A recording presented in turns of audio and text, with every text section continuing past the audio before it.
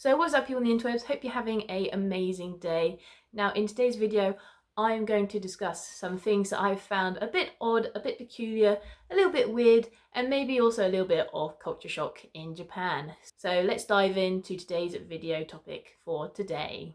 Number one is smaller dogs. You will notice in Japan that the breed of dogs most people have is a small dog. One of the biggest reasons for this is most people will live in an apartment, so a smaller dog is much better for that size of space. You will still see some bigger dogs in Japan, but they will tend to be smaller. You will also see a lot of Shiba Inus, which is the famous Japanese dog. I think they are very cute. Other dogs you will see very popular as well are poodles. Poodles are very popular breeds in Japan.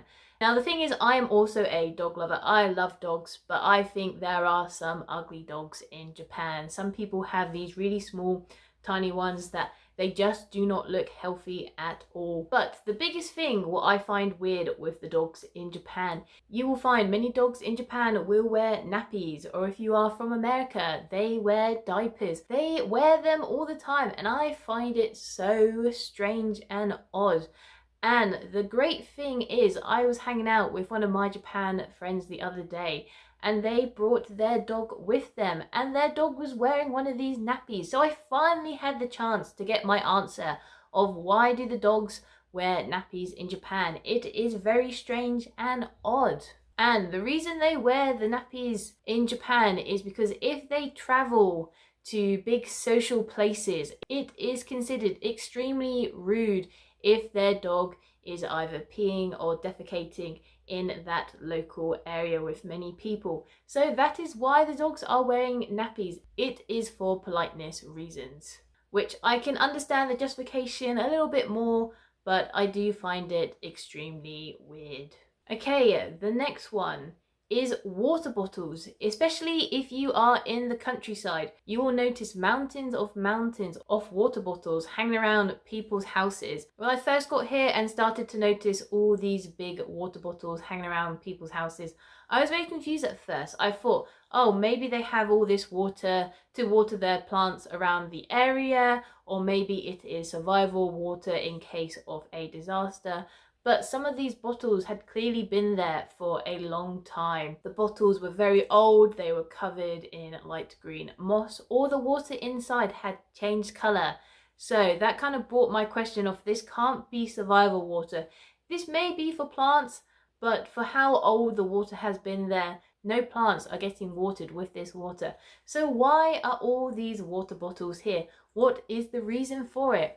And apparently the reason for it is to keep cats from peeing around their house or in that area. There is a Japanese word for this, which is neko yo care. Hopefully I have said that right. I'm sorry if I've butchered the pronunciation, but in English that means cat repellent. But the crazy thing I discovered with this cat repellent water bottle is actually it is a local wives' tale. It doesn't work. Apparently some magazine in the 1950s put that if you put these big water bottles around your house, it will stop cats from peeing and defecating in your area.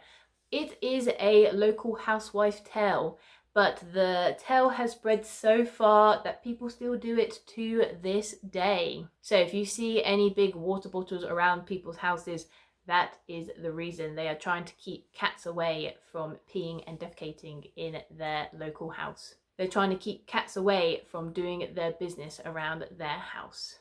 Okay, number 3. If you go to your local supermarket and you buy the classic standard bread that you want to put in your toaster in the morning, you will find that the bread does not have the first and last slice of bread that tends to have the full crust on the loaf of bread. They tend to cut those slices off and package the rest without the big side crust, which I think for some people they will like that very much, because everyone tends to hate to get the slice that is full crust. But it is very interesting to see that when you buy a loaf of bread here, it won't have the 2 slices with the full crust side. What you will also notice in Japan, and I didn't notice this until someone brought it up, is that if you love Diet Coke, you will not be able to get Diet Coke in Japan. That is a big X.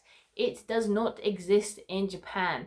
Now, apparently the reason for this is Japan, they don't like items that are heavily sweetified, where Diet Coke tends to have a sweetener element in the drink.